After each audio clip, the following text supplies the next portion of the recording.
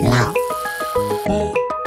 grande galerie de la non-évolution. La grande galerie de la non-évolution.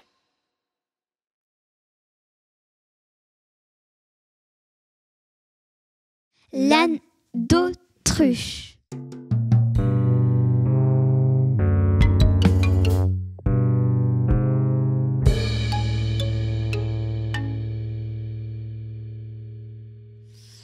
Donc bonsoir, nous recevons aujourd'hui une grande spécialiste d'un animal qui a disparu et qui s'appelle...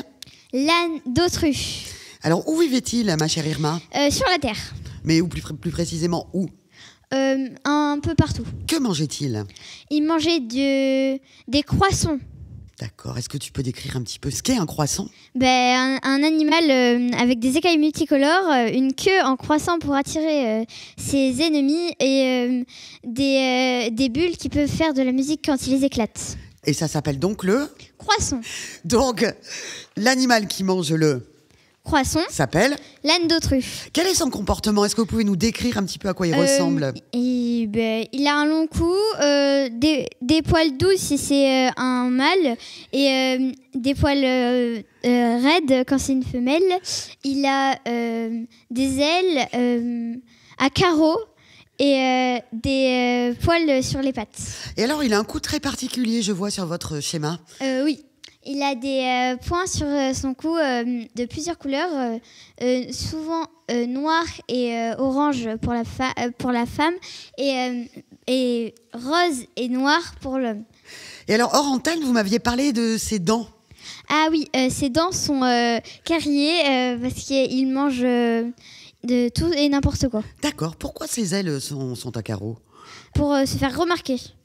Et alors, que lui est-il arrivé? Il était trop bête pour se reproduire et le grand catastropheur l'a démonté.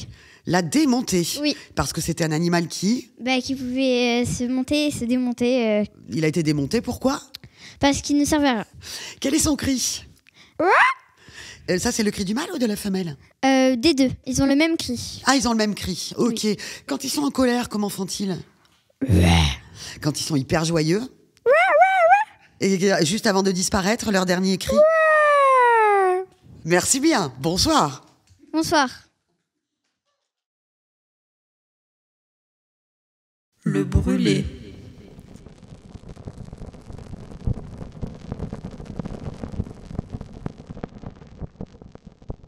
Nous sommes ravis d'accueillir ce soir un éminent spécialiste d'une espèce disparue qui s'appelle... Le brûlé, ou Boilus silouté.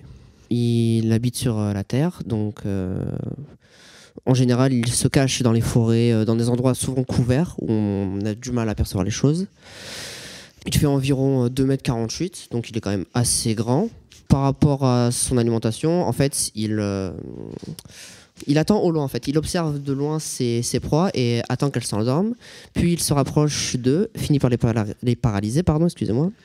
Et enfin, se délecte de leur chair. Comment les paralyse-t-il?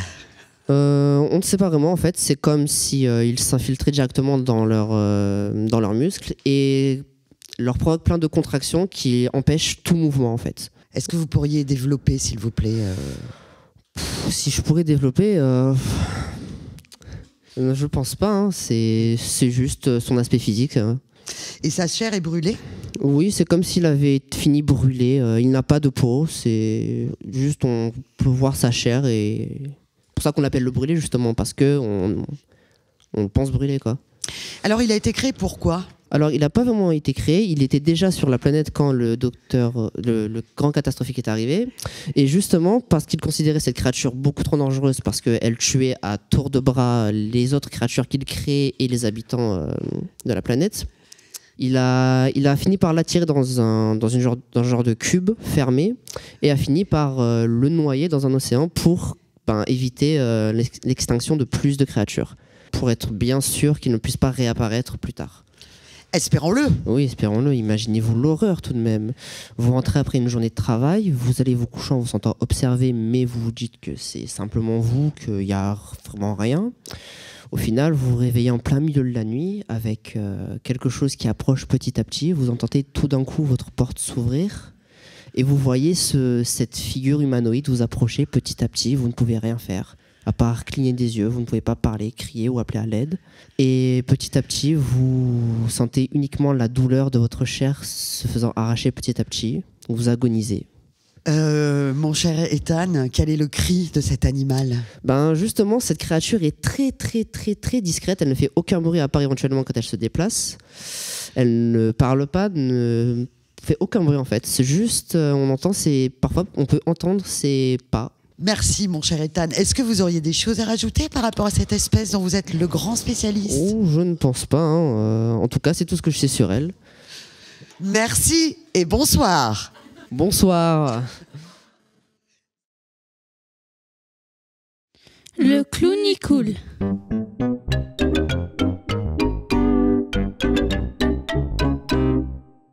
Bonsoir. Nous accueillons ce soir le seul spécialiste de l'animal qui s'appelle le Clounicool. Donc, où vit-il? Alors, il vivait sur une petite île au milieu de la mer. Et de quoi se nourrissait-il? Des petits insectes qui passaient devant sa langue. Quel est son comportement, sa forme? Est-ce que vous pouvez le décrire pour les auditeurs qui n'ont pas l'image? Alors, il a 6 pattes. Sur ses 2 pattes d'avant, il a des fils qui lui servent à jouer de la musique.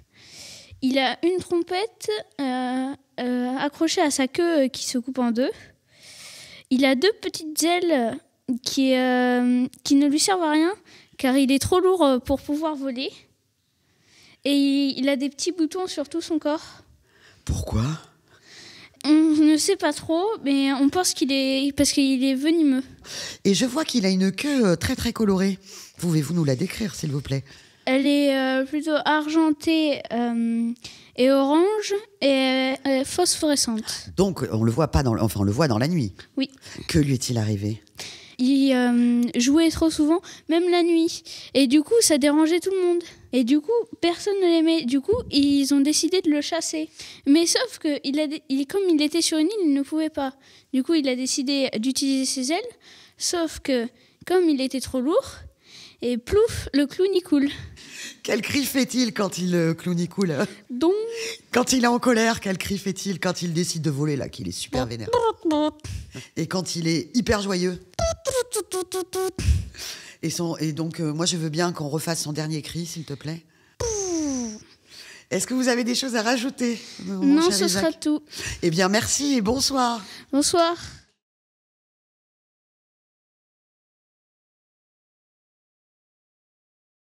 Le Conquistador.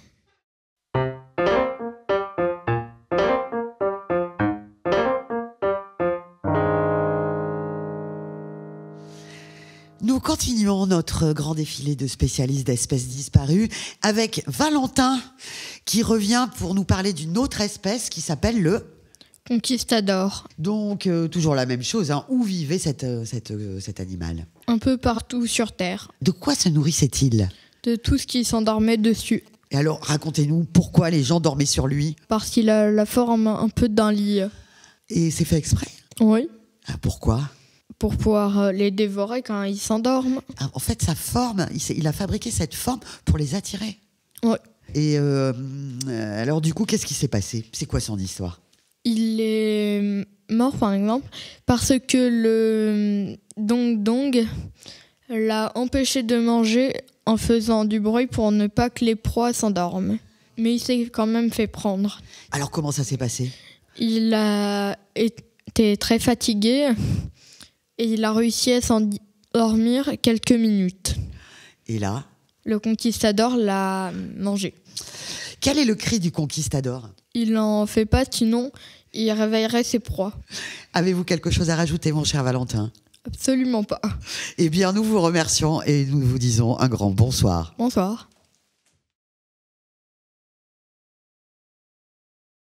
Le cytoplasma.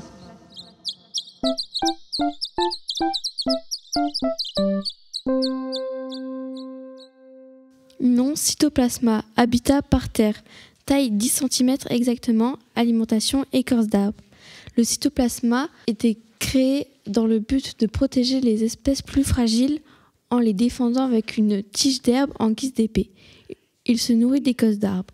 Malheureusement, cette espèce quasi parfaite n'était qu'en un seul exemplaire, s'est fait écraser par le monogipode. En éclatant, il deviendra menthe religieuse, cigale, lucane et coccinelle. Voici le cri du cytoplasma. Le cytoplasma vénère. Le cytoplasma triste. Le Donald Trump.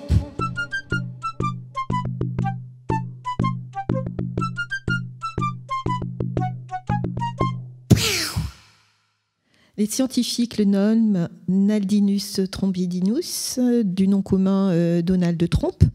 Il vit jusqu'à 80 ans. Sa taille peut atteindre 14 mètres, avec 5 trompes d'éléphant, mesurant chacune 10 mètres.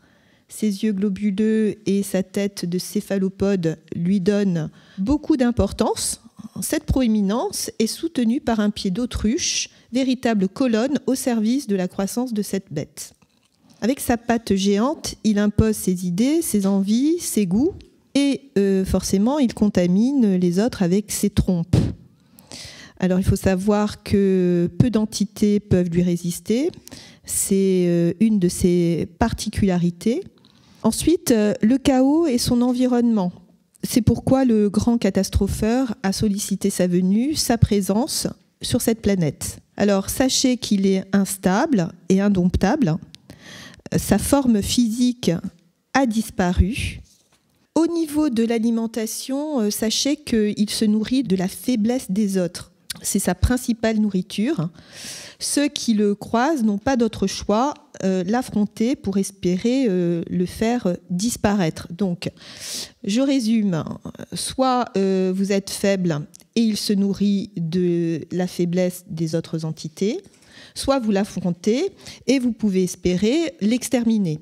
Cependant, il a été capable de produire une descendance tout seul, les trumpistes, et son cri est plutôt un souffle très reconnaissable.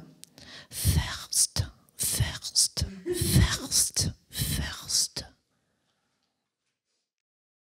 Le dong-dong.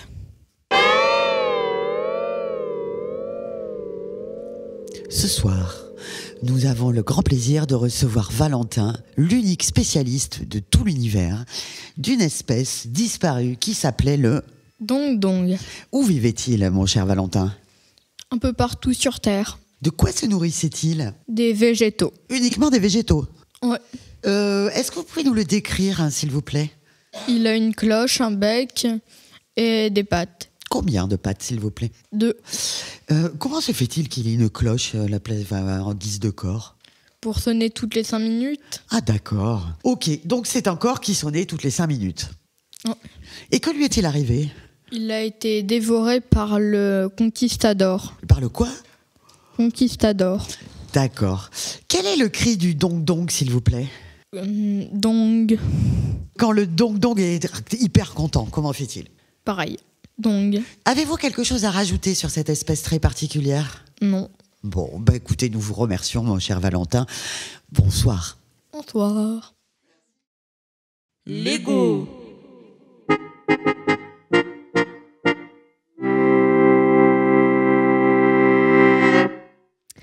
Ego est un nombril poilu qui ne fait que s'observer avec ses différentes paires d'yeux. Son nom scientifique, moi-je. C'est une espèce qui vit seulement en présence d'un hôte. Quand il en prend possession, il se nourrit de son besoin de reconnaissance. Plus il se nourrit, plus il grossit, plus l'ego est de grande taille. Mais l'ego peut aussi avoir une petite taille et se montrer invisible. L'ego n'a pas disparu, il est toujours présent, mais reste invisible pour la plupart des gens. Son cri, moi, moi, moi, moi, moi, moi, moi. Moi, moi, moi. Le spadindon.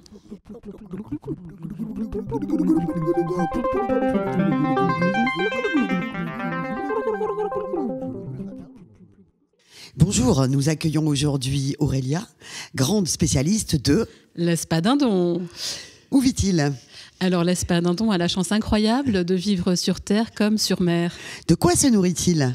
Alors, il a la chance incroyable de pouvoir trouver sa nourriture sur Terre comme dans la mer. Et quel est son comportement? Alors, le problème de l'espadindon, c'est qu'il est très, très, très indécis. Il n'arrive pas à choisir s'il doit aller sur Terre ou dans la mer. C'est donc ce qu'on appelle un mélange terre-mer. Exactement, ou mer-terre. Que lui est-il arrivé? Alors, il n'arrivait pas à choisir du tout. Donc, il y a un moment où j'ai le regret de vous le dire, il est mort de faim. Quel est son cri? Alors, son cri, c'est le blou bloup ou glou gloup. Quand il est content, comment fait-il? Quand il a hyper peur. Et quand il est super vénère? Glou gloup, glou gloup. Et tristement, quand il disparaît? Glou gloup, glou gloup, glou gloup, glou. Est-ce que tu as des choses à rajouter, Aurélia, à propos de cet animal? Rien à rajouter, si ce n'est que c'est l'espadindon. Eh bien, merci. Je vous en prie. Bonsoir. Bonsoir. L'estomacule.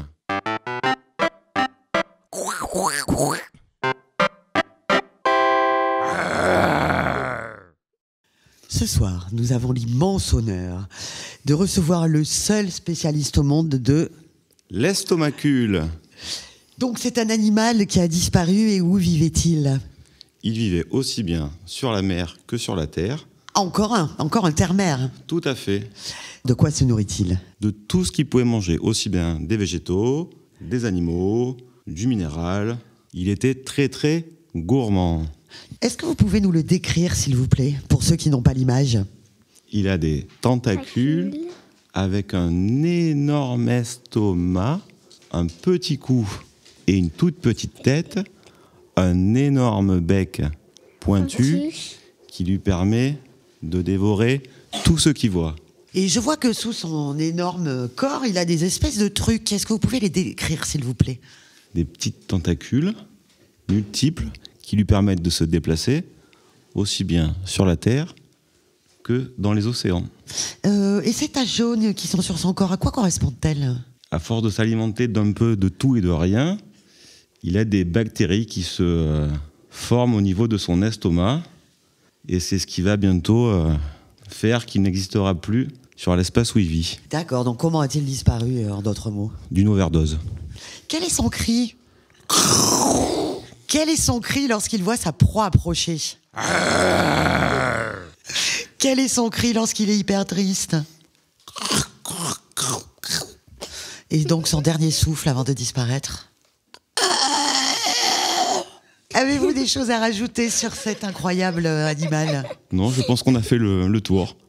D'accord.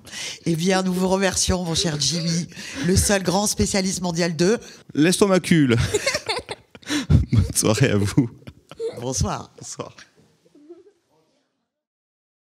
Les stratons.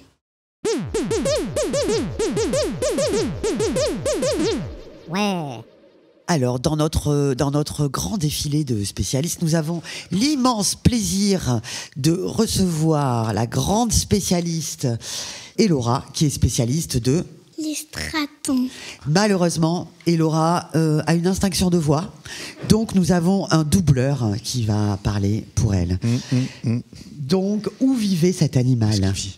Sur Terre. De quoi se nourrissait-il? J'ai pas entendu.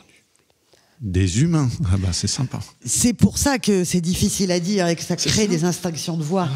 Ma chère Elora, pouvez-vous nous le décrire? Comment il est? Quelle couleur? Il a quoi comme couleur?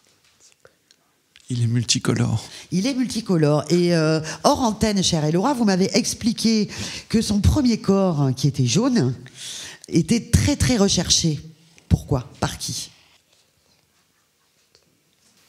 C'est parce que les humains, ils adorent les pattes. Et effectivement, toute cette partie de son corps jaune est composée de pattes. On peut même dire de tagliatelles, je pense, n'est-ce pas, ma chère Elora? Donc nous pouvons également remarquer qu'il a des yeux au bout des antennes pour bien voir tous les humains. Et heureusement, il a disparu. Comment a-t-il disparu? Parce que les humains, ils les mangeaient. Merci beaucoup, ma chère Elora. Est-ce que cet animal a un cri? Vas-y, dis-le avec moi. Crac. Eh bien, ma chère Elora, nous vous remercions beaucoup, ainsi que le traducteur d'Elora, Wilfried. Bonsoir. Bonsoir. Le fétifleur.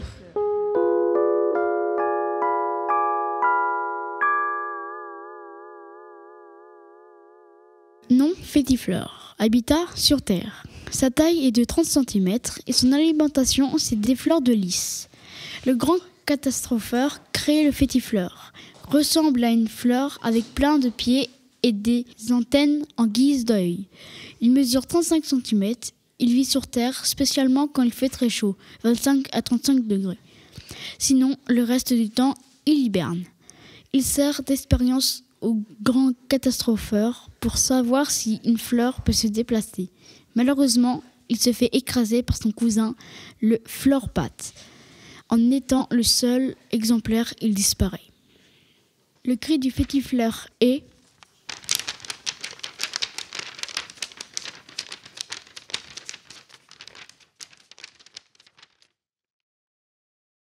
Le phyllonoptère ailé à double trompe.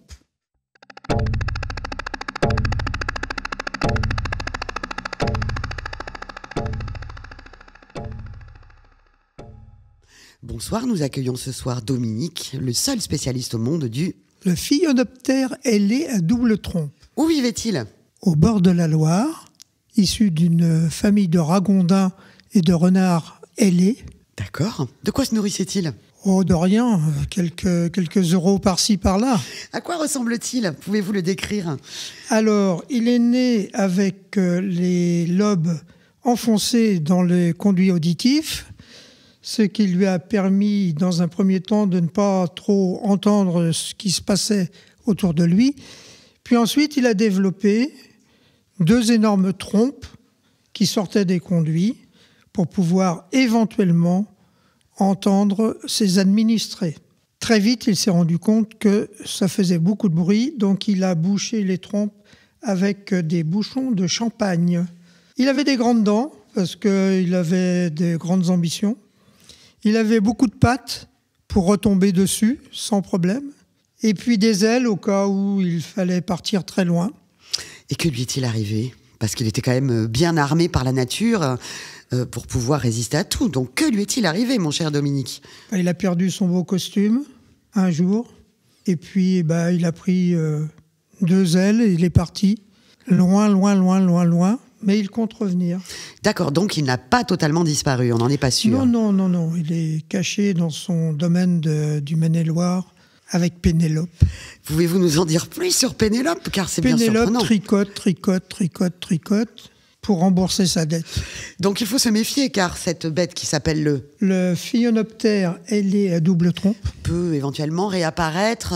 C'est une menace, donc. Brutalement, il peut sortir de la savane ou de la jungle, on ne sait pas. Ce qui est quand même bien loin de la Loire, il faut le reconnaître.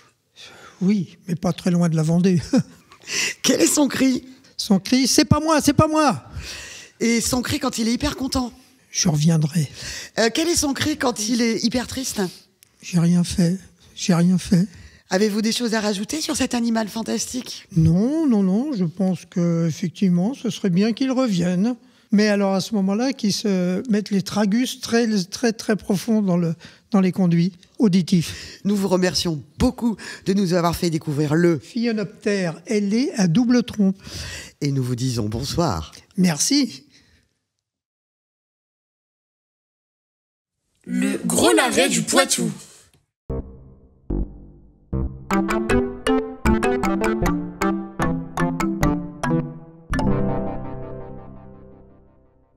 Alors bonsoir, nous accueillons ce soir la seule spécialiste au monde du gros navet du Poitou. Le gros navet du Poitou est un animal mi-dragon, mi-chat, mi-licorne et mi-oiseau. Il a quelque chose de spécial, c'est qu'il a un œil au milieu du ventre, parce qu'il surveille ses arrières tout le temps. C'est pour ça que quand il dort, l'œil de son ventre reste ouvert. Il a créé le Poitou, qui au départ était un nid pour lui et sa famille. Il chasse le lard sauvage, c'est pour ça qu'il a des ailes. Il a une corne magique pour guérir et rendre heureux. Et sa queue sert à fouetter les personnes de sa famille qui l'énervent. En fait, ce qu'il détestait, c'était le navet. Et un jour, sa grand-mère lui a fait une tarte au navet, mais il ne savait pas qu'il y avait du navet dedans. Donc, il est mort d'une intoxication et toute sa famille a été détruite après. Et je n'ai pas du tout le temps de l'interviewer car elle a tout dit, sauf le cri. Quel est le cri du gros larré du Poitou? Il fait irluc, irluc, irluc. Quand il est très heureux, comment crie-t-il? Irluca, irluca, irluca. Quand il est hyper triste? Bouh. Et son dernier souffle au moment de son intoxication? Ma chère Andrea, donc je répète, un seul spécialiste au monde du gros larré du Poitou. Avez-vous quelque chose à rajouter? Non, à part que le gros larré du Poitou est la seule espèce multicolore au monde. Eh bien, ma chère Andrea, nous vous remercions beaucoup. Bonsoir. Bonsoir. Le grenouille d'hiver. Bonsoir, nous accueillons encore un spécialiste d'une espèce disparue. Et donc, Monsieur Erwan, vous allez nous parler d'une espèce dont le nom est... Grenouille d'hiver. Qui habite... Par terre. Qui mesure 2 mètres en hiver et en été, il peut faire entre 50 cm et 10 cm. Pourquoi sa taille varie de cette façon-là en fonction des saisons? C'est comme ça. Quelle est son alimentation? Il ne peut pas manger parce qu'il n'a pas de bouche. Et alors, il a été inventé par le grand catastropheur. Pourquoi? Pour tout détruire. Est-ce que vous pouvez décrire cet animal, s'il vous plaît? Comme il est rond, il peut rouler et tout détruire, du coup. Est-ce que vous avez des choses à rajouter? Non. Si, il dort beaucoup. Vous m'avez parlé, hors antenne, d'une espèce qui vivait l'hiver et une espèce qui vivait l'été. Quelle est la différence? À part la taille, bien entendu. En été, il n'a pas de poils et en hiver, il a des poils. Comment a-t-il disparu? Il a disparu parce que y a quelqu'un qui est venu, il l'a tué. Pourrait-on connaître le cri de cet animal, s'il vous plaît, Monsieur Erwan? Pourquoi fait-il Parce qu'il n'a pas de bouche. Quand il est joyeux, comment fait-il? Et quand il est triste? Et quand il est vénère? Eh bien, nous vous remercions, Erwan, donc spécialiste du... Le grenouille d'hiver. Merci beaucoup. Bonsoir. Bonsoir. Le grand coup.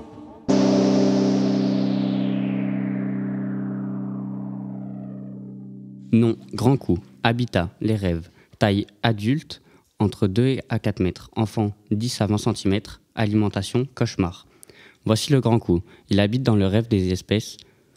Mesure entre 2 à 4 mètres, mais quand il est éclos, il mesure 10 à 20 cm. Celui-ci est le cousin du Night Terror. Cependant, lui se nourrit des cauchemars des autres espèces et peut se reproduire. Il ne fait pas de bruit. Malheureusement, le grand coup est très sensible et dès qu'on le pince, il meurt. Sauf qu'un jour, il a été aperçu dans un rêve et l'espèce l'a pincé. Et disparaît, et sa famille aussi, car ils sont tous connectés et meurent ensemble. Et ce fut la dernière fois qu'on les a vus, car c'était la seule famille. Voici le cri du grand coup.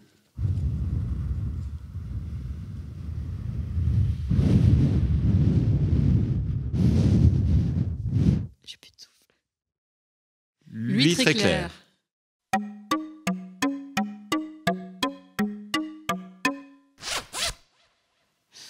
Bonsoir, nous terminons cette grande conférence de spécialistes en espèces disparues par un duo de spécialistes, donc on peut dire un spécialiste bicéphale, Borrelia, qui va nous parler donc de l'huître éclair.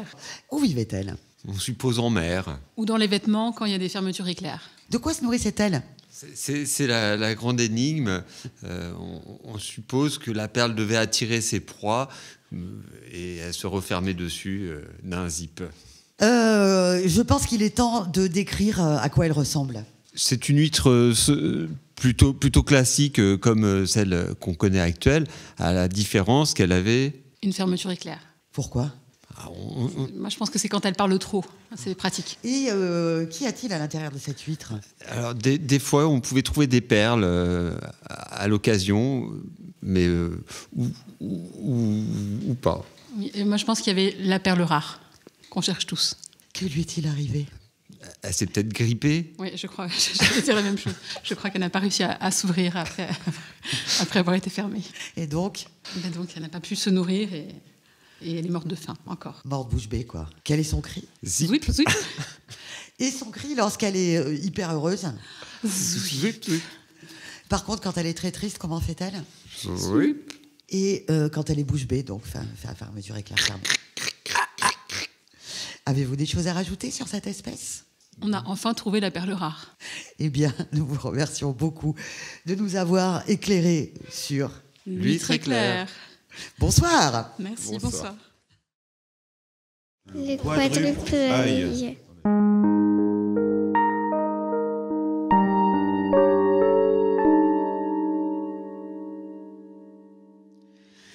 Bonsoir, nous accueillons aujourd'hui Aïna qui est spécialiste du Quadruple œil. Qui est donc un animal qui a disparu. Où vit-il? Où habite-t-il? Dans la mer. Et de quoi se nourrit-il? De fleurs. De fleurs.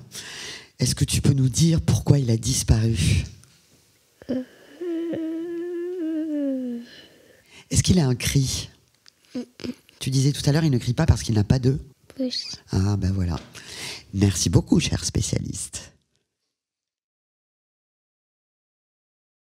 L'étrasor nocturne.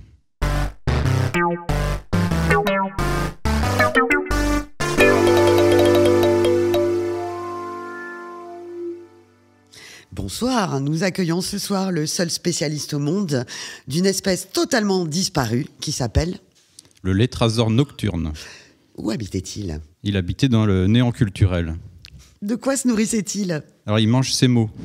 À quoi ressemblait-il? Mais il était un peu bas de la casse et il a des dents d'un côté et une queue de l'autre. Pourquoi? Pour frétiller. Et que lui est-il arrivé? Alors il n'a pas trouvé d'autres lettres pour se reproduire en mots. Quel était son comportement? Alors il aime faire du mal, alpha, en clignant de la contreforme. Il aime prendre un accent grave aussi. Donc vous parlez du létrasor nocturne? Oui. Et le létrasor diurne alors? Non, je n'y ai pas réfléchi à ça. Il faudrait appeler un autre spécialiste. Ok, et alors comment a-t-il disparu? Mais je l'ai déjà dit, il n'a pas trouvé d'autres lettres pour se reproduire en mots. Quel est son cri? Ah. Ça, c'est son cri normal? Normal. Et quand il est en colère? Ah! Quand il est hyper heureux? Ah! Et quand il est très triste? Son dernier souffle? Mon cher Tristan, avez-vous des choses à rajouter à propos de ce... Létrasor nocturne. Il faudrait se renseigner sur le létrasor capital. D'accord, donc il vous reste pas mal de travail encore. Oui, oui. Eh bien, nous allons vous laisser travailler, nous vous remercions. Merci à vous. Bonsoir. Bonne soirée. Le Malbec.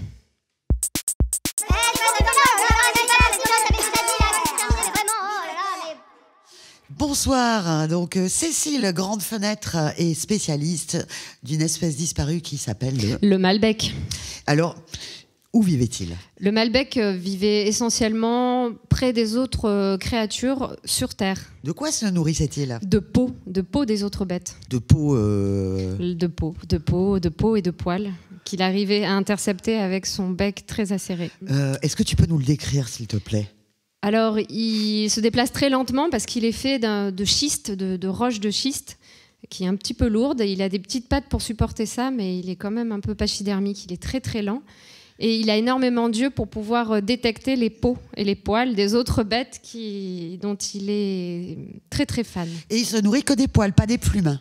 Non, pas de plumes. Il n'aime que la peau et les poils. Que lui est-il arrivé? Et malheureusement, un jour, il a basculé, il était tellement lourd qu'il a perdu l'équilibre, il a basculé et hélas, il n'a pas pu se relever. Et son bec s'est planté dans la terre et il n'y avait plus rien à faire pour sa survie. Eh bien, c'est bien triste. Quel est son cri? Ça, c'est les bouts de schiste qui tombent de son corps de temps en temps. Et quand il aperçoit une peau avec des beaux poils, comment fait-il? Il fait un bruit de pistil, là, parce que je ne vous ai pas précisé qu'il avait un pistil aussi au bout du bec. Et son petit pistil qui frétille, il fait...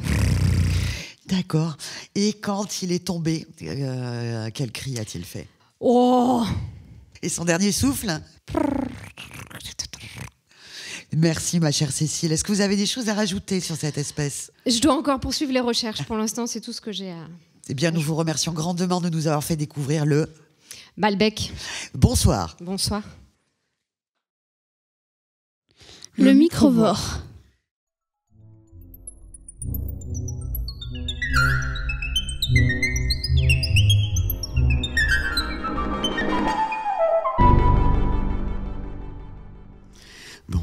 Alors nous recevons ce soir Isaac qui va nous parler du microvore.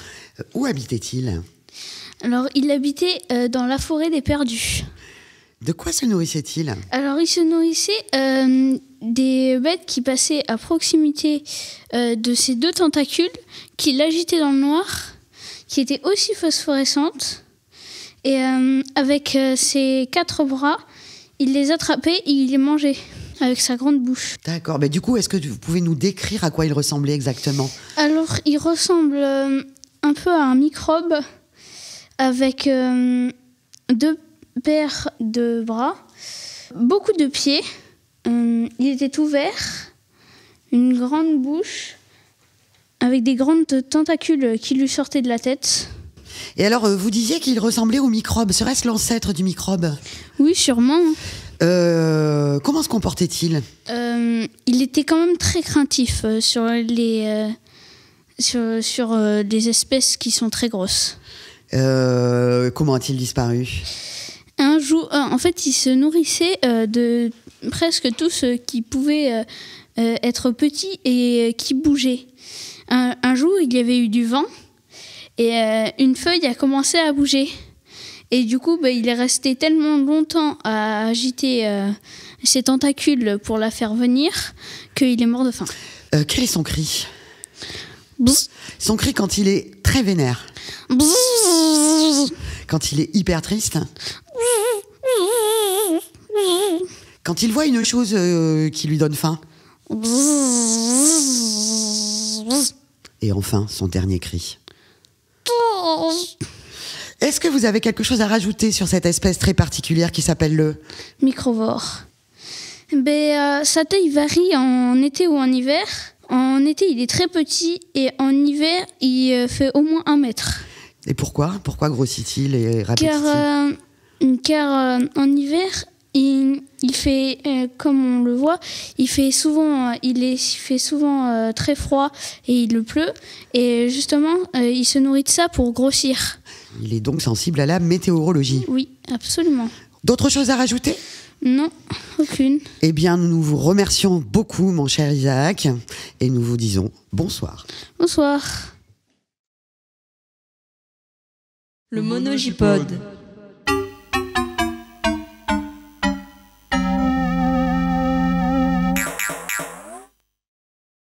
Le monogipode, Homominus misogynus. Homominus misogynus.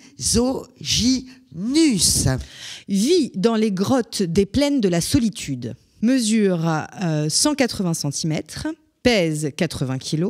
Une alimentation variée. Mange à peu près tout ce qu'il trouve sur son passage.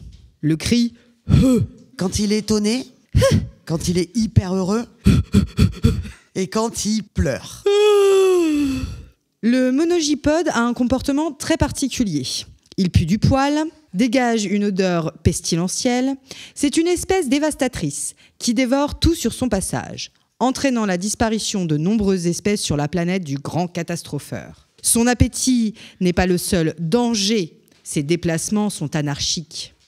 Le monogipode misogynus est aveugle, ce qui fait de lui un dangereux pied ambulant. Il est notamment à l'origine de la disparition du bouche à fleurs, en mangeant les déjections de cette pauvre bête, son principal aliment. Les déjections de cette espèce, dont ses propres colombins, étaient la seule source d'alimentation. Mais également le cytoplasma, en l'écrasant dans un de ses déplacements. Alors, pourquoi est-il misogynus, ce monogipode? Il est misogynus parce que, et là, on apprend comment il a disparu, à cause de son incapacité à se reproduire avec la seule femelle de son espèce, la féminipode. Il se trouve que, de ce fait, il n'a jamais pu faire de petits. Il est mort de l'intoxication alimentaire que lui a causée l'ingestion de la déjection du bouche à fleurs. Le Musiceo d'Encido.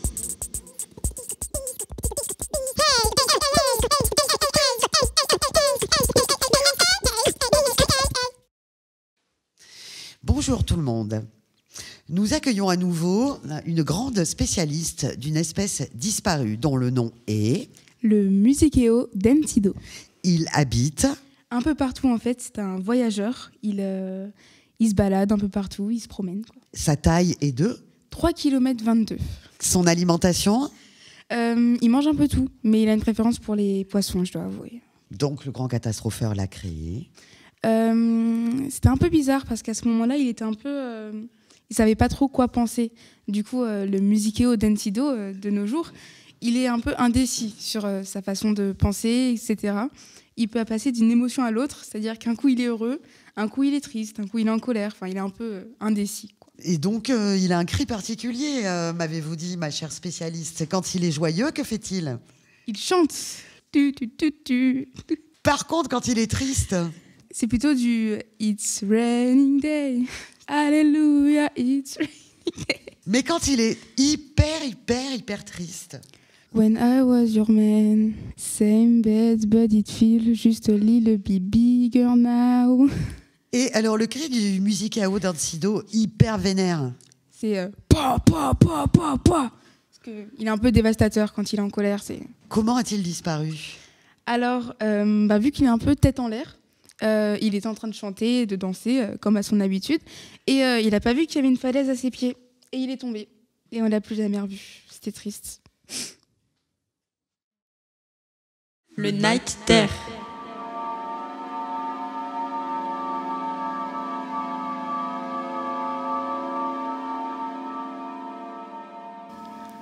Non. Night Terror. Habitat partout et nulle part à la fois. Taille 1,75 m exactement. Alimentation, il se nourrit de la peur des autres. Fait par le grand catastropheur, le Night Terror est fait dans le but que les espèces puissent dormir, car sans le sommeil, elles meurent. Le Night Terror doit donc donner des rêves. Or, au final, il donne des cauchemars. Le Night Terror se cache dans la nuit et sa couleur sombre de la nuit lui permet de se confondre avec elle. Il touche sa victime en étant caché. Une fois touchée, la victime, en dormant, ne fait plus que des cauchemars très violents, entraînant ensuite la folie, voire le suicide chez certaines espèces. Il n'a pas besoin de se reproduire car il est censé être immortel. Cependant, le grand catastropheur a vu les effets négatifs de cette création, le Night Terror ayant produit des disparitions d'espèces, s'est alors fait banni, ce qui entraîna alors sa disparition. Cependant, on pense souvent encore à lui quand on parle d'Angleterre. Alors voici le cri du Night Terror.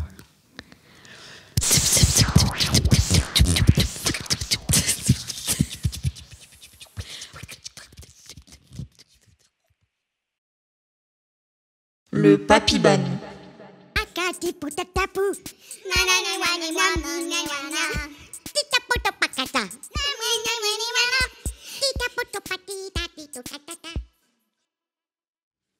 Pendant sa pause de création, le grand catastropheur part se reposer sur une île des Caraïbes. Une île très fournie en végétation. En se reposant sous un bananier, il trouva une chenille. Une chenille qui d'un seul coup, au lever du soleil, devient un papillon, enfin en apparence. Il deviendra, d'après le grand catastropheur, le papibane, un papillon avec des bananes à la place des pattes. Son habitat est donc une île tropicale. Son nom, le papibane. Sa taille est environ de 10 cm comme un papillon de nuit et il n'a aucune alimentation. Il ne vit que les jours de soleil et de chaleur. Cet animal ne bouge pas à cause du poids des bananes. Il est synonyme de tristesse car il meurt où il est né. De plus, il ralentit la production des bananes. Il va donc disparaître car il sera chassé par d'autres espèces qui se nourrissent de bananes. C'est un échec pour le grand catastropheur qui souhaitait créer une espèce solaire et positive. Voici le cri du papibane.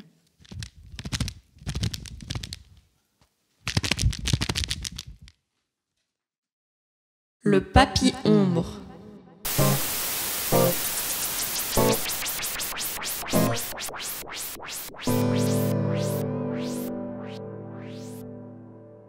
Bonjour, je suis donc avec le grand spécialiste Nathan qui va nous parler du papy-ombre. Son habitat? Sur la terre parce que en fait il peut pas voler. Quelle est sa taille, mon cher spécialiste? Il fait 1 mètre doute 60. De quoi se nourrit-il? Justement, il ne se nourrit pas parce que dans son intérieur, en fait, son ventre, il peut rester 1000 ans sans manger. Donc, il a été créé par le grand catastropheur. Oui. Pourquoi faire? Il a ramassé des pattes bizarres. Il a ramassé des ailes jaunes et un corps vert et orange avec des antennes pour voir si le papillon, du coup, allait voler. Et non, il ne vole pas. Mais pourquoi donc? Alors, il se trouve que le papillon aime pas le jaune alors qu'il a des ailes jaunes. Il pouvait pas voler. Un jour, il s'est dit, bon, je vais peut-être voler. Sauf que, il a regardé ses ailes et non, il est resté par terre. Quel est son cri? Le cri du papillon ombre est... Et le papillon ombre heureux, comment fait-il? Alors justement, le papillon ombre heureux, comment dire, du coup, qu'il pouvait pas voler, il était jamais content, jamais joyeux. Merci mon cher Nathan pour cette explication très scientifique. Au revoir. Au revoir. Le Périgourdin.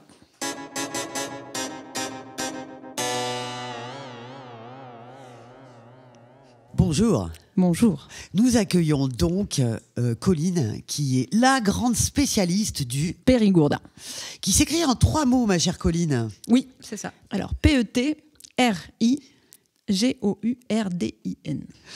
Où vit-il? En Périgord. De quoi se nourrit-il? Alors, c'est bien ça son problème. On ne sait plus de quoi il se nourrit puisqu'il a mangé tout ce qu'il y a autour de lui. Et donc, c'est une de ces raisons de sa disparition. Puisqu'il a un unipied, il est bien enraciné, il ne peut plus se déplacer pour chercher d'autres proies. Quel est son comportement? Grâce à son articulation, il bouge de haut en bas. Et il peut aussi, grâce à cette articulation, tourner autour de lui-même, mais il ne peut pas se déplacer. Je vois sur votre dessin qu'il y a une poche d'air qui sert à la production de gaz.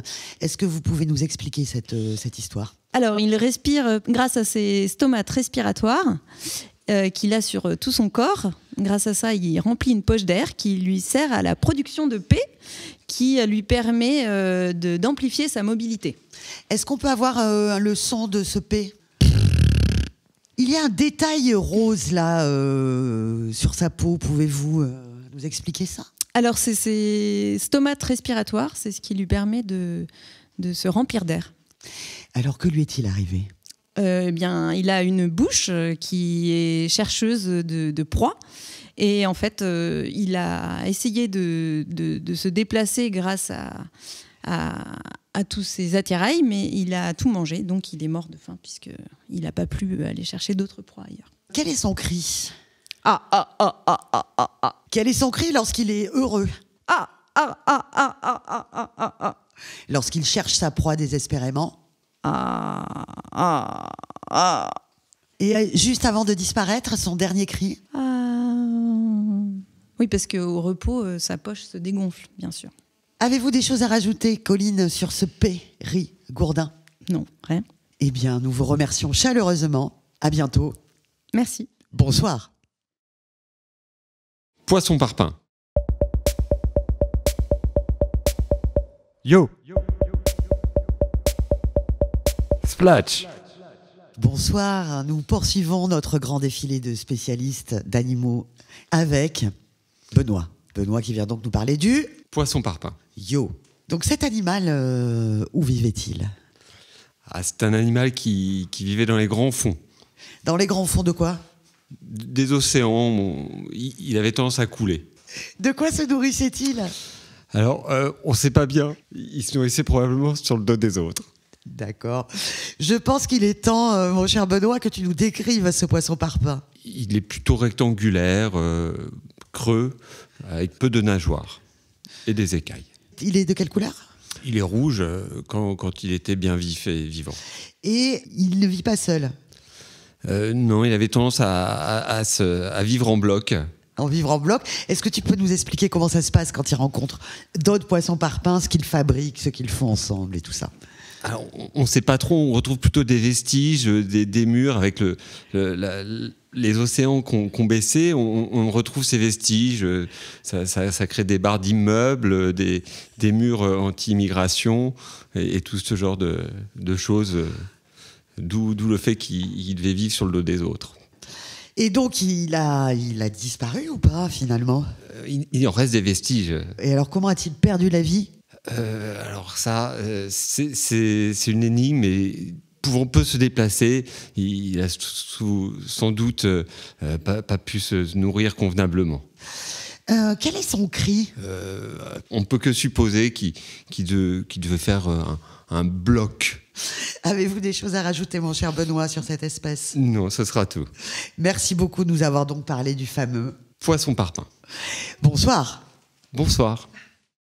Le proustylène. Proustylène est mon ancêtre. Certains diront qu'il a inspiré certains auteurs.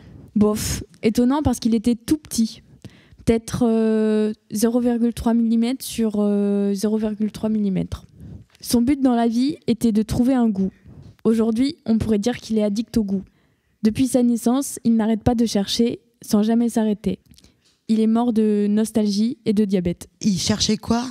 Le goût. Alors, quel est le rapport entre la nostalgie et le diabète? Il cherchait son goût, il avait un goût, mais il l'a jamais trouvé. Du coup, ça l'a rendu nostalgique de quelque chose qu'il n'avait jamais trouvé. D'accord. Et le diabète? Parce que du coup, il goûtait plein de choses. Le cri du proustylène. Proustylène en colère. Le proustylène a du diabète. Le proustylène est super content.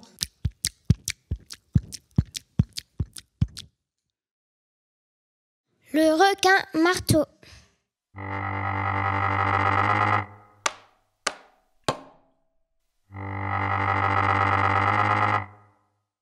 Bonsoir, nous accueillons ce soir la seule spécialiste au monde du requin marteau. Où vit-il? Il vit dans la mer Marteau-Tyrannée. Merci, chère Héloïse. De quoi se nourrit-il? Il mange tout. Il mange tout? Oui. N'importe quoi? N'importe quoi. Partout où il passe. C'est un gros vorace, quoi. Oui. Ça rigole pas? Oui. Ça rigole pas. D'accord. Donc, comment est-il? Il a des nageoires. Sur la tête, un énorme marteau. Et il a une gueule. Pourquoi donc a-t-il un marteau sur la tête? Il assomme tout le monde avec. Et alors, que lui est-il arrivé? Il est mort parce qu'il s'est assommé. D'accord. Quel est son cri, s'il te plaît, Héloïse? Borp. Et comment fait-il quand il est super content? Borp. Et quand il voit quelque chose à manger, comment fait-il? Borp. Et quand il est très triste? Borp. Et juste avant de disparaître? Borp. Avez-vous quelque chose à rajouter? Non. Merci beaucoup, Madame Héloïse, la grande spécialiste du requin marteau. Bonsoir. Bonsoir. La savonnette.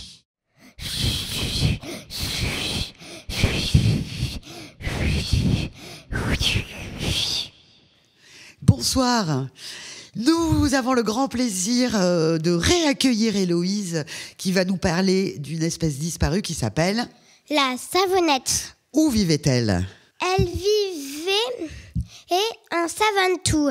Où ça? En Savantou. En Savantou, d'accord. De quoi se nourrissait-elle? Elle se nourrissait de savon. De savon. Et il y en avait en Savantou, les savons? Oui. C'était le pays du savon, le Savantou? Oui. Et est-ce que vous pouvez nous la décrire, s'il vous plaît? Elle a 2 pinces de crabe. Son corps, c'est une savonnette.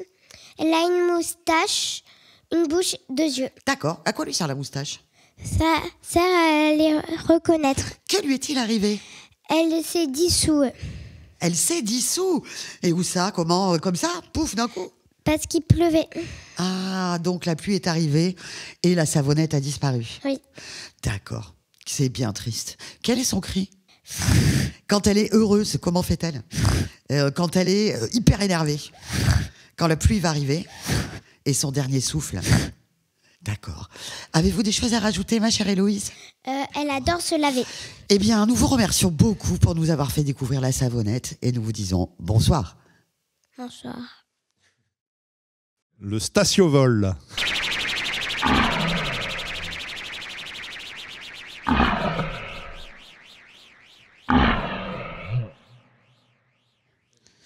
Bonsoir, nous accueillons ce soir le grand spécialiste du statiovol.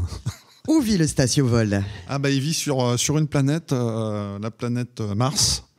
C'est une planète rouge qu'on connaît, mais voilà, il est de là-bas. Il s'est donc échappé, c'est une bête du grand catastropheur qui s'est échappé. Il s'est échappé de la Terre, il est parti là-bas parce que voilà, il voulait être tranquille. Et c'est un animal qui vole sur place, c'est-à-dire qu'il ne bouge pas. De quoi se nourrit-il? Eh ben, il se nourrit d'air et de ce qui passe juste devant son bec. Voilà, sans bouger, il attend, il ouvre le bec et dès que ça passe, il ferme et il se nourrit, voilà, comme ça. Et alors, comment a-t-il disparu? Ouh là là. D'abord, il s'est échappé de la Terre pour être tout il s'est seul. échappé de la Terre, c'est en voyant les extraterrestres arriver sur Terre, il a eu peur et il est parti. Voilà, c'est pas compliqué. Il a pris peur. Et donc, il a disparu. Il a disparu, voilà. Il s'est accroché à un espèce de vaisseau qui passait par là et il a été emmené sur cette planète Mars et du coup, il est resté là-bas. Et puis maintenant, il habite là-bas. Quel est son cri, s'il vous plaît? Comment il fait? Je sais plus comment il fait, moi. Fou là là, ça fait longtemps que je l'ai pas vu. Il fait comme ça, comme un espèce de pigeon un peu. Et quand il a eu très peur, comment a-t-il crié? Et quand il est arrivé sur Mars? Eh bien, merci beaucoup de nous avoir fait découvrir cette espèce qui s'appelle le statiovol. Bonsoir les amis. Bonsoir. Zlut alors.